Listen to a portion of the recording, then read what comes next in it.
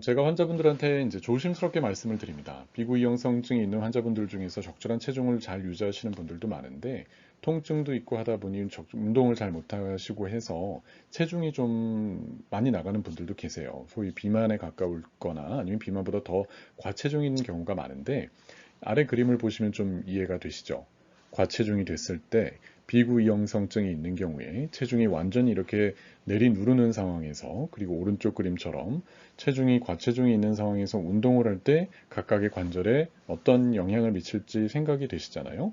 특히나 비구이형성증이 있어서 이 접촉 면적이 좁아서 그곳에 힘이 막 주어지는 상황에서는 과체중일 때 상당히 힘들어합니다. 그래서 과체중 때문에 힘든 경우에 체중을 적절하게 좀 다이어트를 통해서 감소를 시켜주신다면은 이형성증이 있더라도 다시 증상이 좋아지시는 경우도 있어요. 그래서 어떤 경우에 실제로 처방이 다이어트 하세요, 이렇게 하신 말씀을 조심스럽게 말씀을 드립니다. 신뢰가 되지 않도록 조심스럽게 말씀을 드리죠. 그리고 고관절의 근육을 강화시키는 운동을 처방해 드리는 경우도 있습니다. 이 내용을 들었을 때 환자분들이 상당히 많이 왜 이런 걸 하지? 아픈데 어떻게 운동을 하라 그러지? 좀 고민을 많이 하시는데요.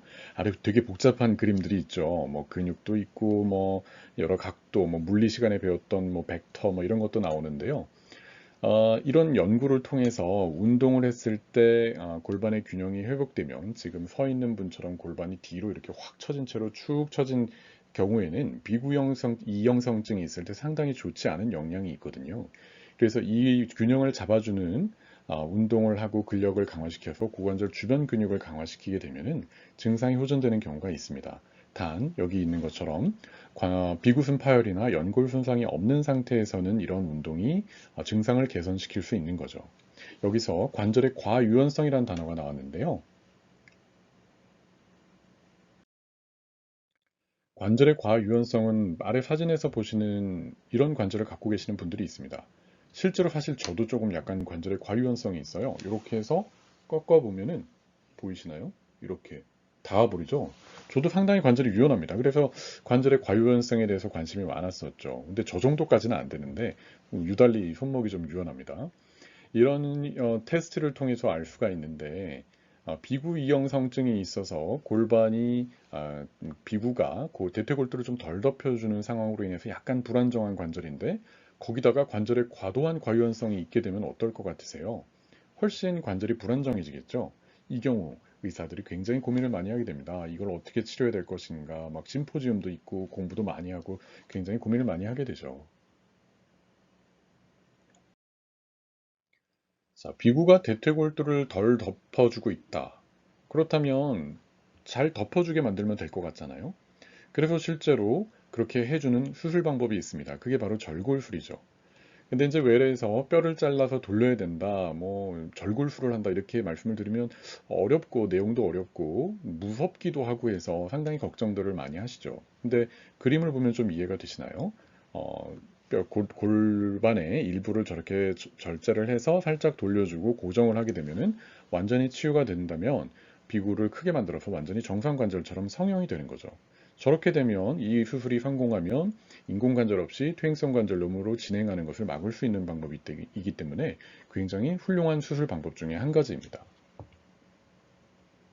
그렇게 되면 앞서 보여드렸던 저렇게 좁은 면적에 힘이 집중됐었던 이 비구 이형성증을 가진 관절이 아래 그림처럼 넓은 면적에 이제 힘이 분포가 되면서 관절 연골이 조금 편해지는 거죠. 사진으로 보여드리면 왼쪽에 C라고 써여 있는 사진에서처럼 비구가 좀 덜 덮여 있어서 D 사진에서 보시는 것처럼 절골술을 통해서 골반을 돌렸더니 잘 치유가 되면 정상관절처럼 이렇게 대퇴골두를 충분히 덮어주는 정상관절이 되는 거죠. 이게 바로 절골술입니다. 자, 그럼 고관절경술이란 치료 방법도 있는데요. 아까 비구 이형성증에 의해서 비구순이 파열될 수 있다 그랬죠. 그런 경우에 지금 사진에서 보시는 것처럼 파열된 찢어진 비구순을 봉합하는 비교적 간단한 수술 방법을 또 치료 방법으로 사용할 수 있죠. 그런데 또 상식적으로 생각해 보면 찢어진 건 봉합할 수 있는데 덜 덮여진 구조를 바꿀 수 있는 수술 방법은 아니죠. 그래서 이런 방법은 심하지 않은 비구이형성증에서 증상을 개선시키고 또 더 이상 퇴행성 관절염이 진행되지 않도록 하는 데 사용되는 방법입니다. 근데 굉장히 신중해야겠죠. 구조가 바뀌지 않으니까요.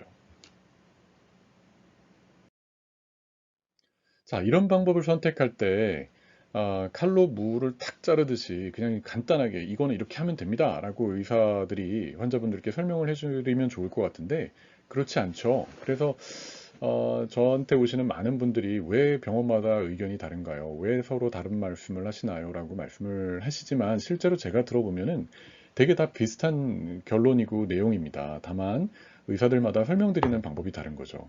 저희가 이런 고민을 할 때는 수많은 각도를 재는 방법들이 있죠. 그리고 오른쪽에는 비구성 파열의 종류들이 있는데요.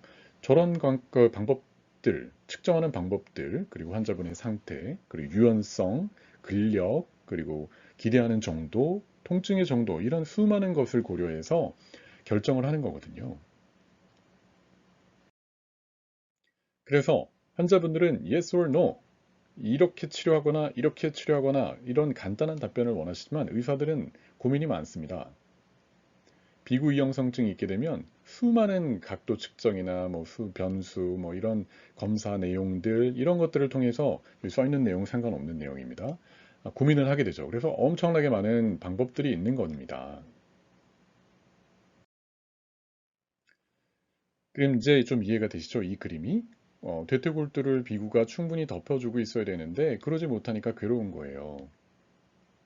충분히 덮여줘야 행복하게 고관절이 잘 견딜 수가 있는데 지금 보시는 것처럼 꼭 수술을 하지 않고서도 이렇게 선글라스를 끼면은 눈이 안 부시잖아요. 이건 그냥 비유를 한 거고요.